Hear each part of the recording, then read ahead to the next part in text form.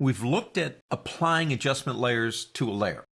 We've looked at applying them to multiple layers. We've looked at working with masks to control how the application of that adjustment is applied to the image. Let's go to masks one more time, and let's work with one of my favorite ways to play around with masks, a gradient. Now think of what a mask is. Black areas of a mask mean don't adjust and white areas do. But we haven't touched on gradients yet. Open up this image right here in our exercise file, and once more I want to thank Photospin for these because they're really cool. Kind of like a snow fog, I guess, or something like that. Let's come down here to our adjustments and apply something, well, let's go crazy up front, like maybe invert. Now the purpose of invert is to invert the image. There are no options for invert. It turns it into a negative. Just a suggestion to play around here. Pick up your gradient tool right here.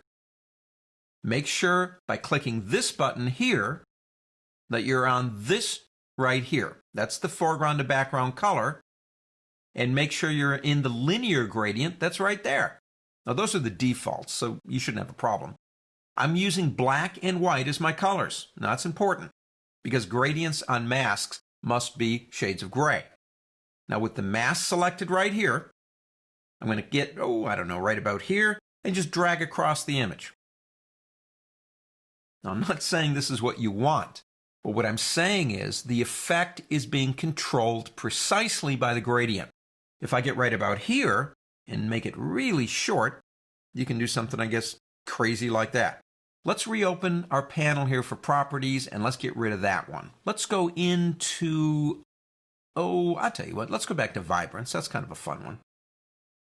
And what we'll do is we'll hold down our saturation and maybe pull up the vibrance just a little bit. All right, let's close this out so we can see the image. Pick up your gradient tool again, and we can actually just drag across it. Or maybe do something a little bit more dramatic by coming right about here and dragging a short stroke from there to there, or to make it look a little bit more black and white in the snow areas and more colorful up here, or might be interesting if we go the other way and drag up, creating something like that.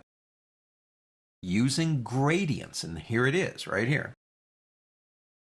I'm holding the Alt key down and clicking. Allows you to take an adjustment that would be normally applied to the entire image and very precisely and softly and slowly apply that adjustment exactly the way you want it applied, using gradients with adjustment layers, or actually any layer mask. On to the next.